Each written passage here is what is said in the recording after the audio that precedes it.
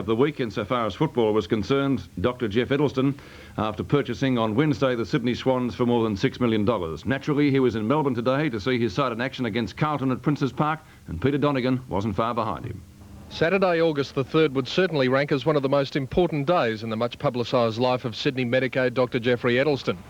As he left his Melbourne hotel at midday with his beautiful young wife Leanne at his side, his thoughts were centred across town at Princes Park Oval.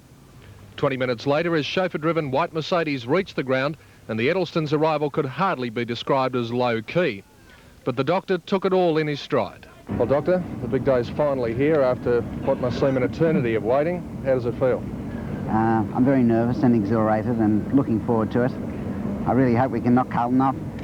Now, your comments this morning about various aspects of the ownership of the Swans, one of them was that a National League is just around the corner. Do you think that that's a reality when you consider that a lot of clubs are in financial difficulties at the moment? Well, I think that overall for the code there's more money in a national competition.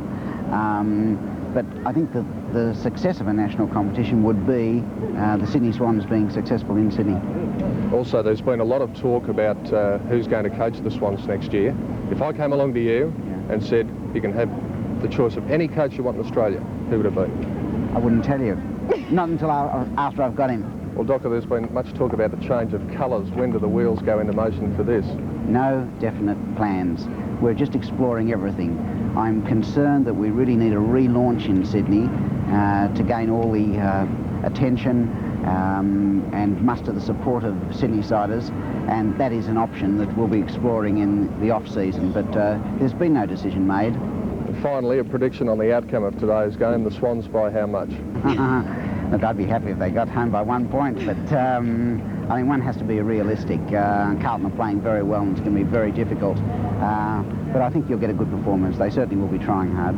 The hectic schedule then continued. It was upstairs and the presidential lunch with Carlton Supremo John Elliott, himself no stranger to multi-million-dollar deals, so there was certainly none of the raw prawn bandied around here. And then a special gift to Dr. Edelsten, an entree in the shape of a swan. But did it contain the taste of victory? 20 minutes before the game, the now famous pink and white helicopter circled the arena, but it turned out to be nothing more than a diversion as the small, bespectacled Sydney-sider walked the boundary line to address his players. Soon afterwards, the Swans made their grand entry through the red and white banner, but it seemed that the sticky tape presented a few problems to skipper Mark Browning. As Dr. Edelsten made his way back to the social club stand, one dyed-in-the-wool supporter offered him a few well-chosen words of advice. You change your colours, you're going to be murder. Don't you change our colours. And then the game was on, and what a start it was for the Swans. Less than half a minute after the bounce, Warwick Capper was freed, and he brought up a major score, much to the delight of Mr. and Mrs. Edelsten. John Elliott, though, appeared singularly unimpressed. Even though the ground clock wasn't working, the flamboyant doctor was enjoying every minute that ticked by as the Swans continued their brilliant early form.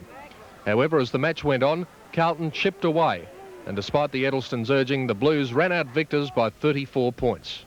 Well, Doctor, about 3 hours after we spoke to you last, not the result you'd hoped for, I'd imagine. No, but I think we've got a tremendous basis for the future. I'm very optimistic. I think the players did quite well. We're just missing a few key position players and just a little extra talent.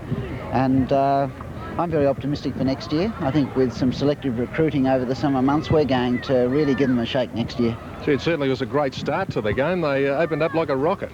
Yeah, it certainly did. Had a chance to give John Elliott a few elbows in the ribs as we were 4 goals in front. Peter Donegan, our reporter at Princes Park this afternoon. Week 7's big league.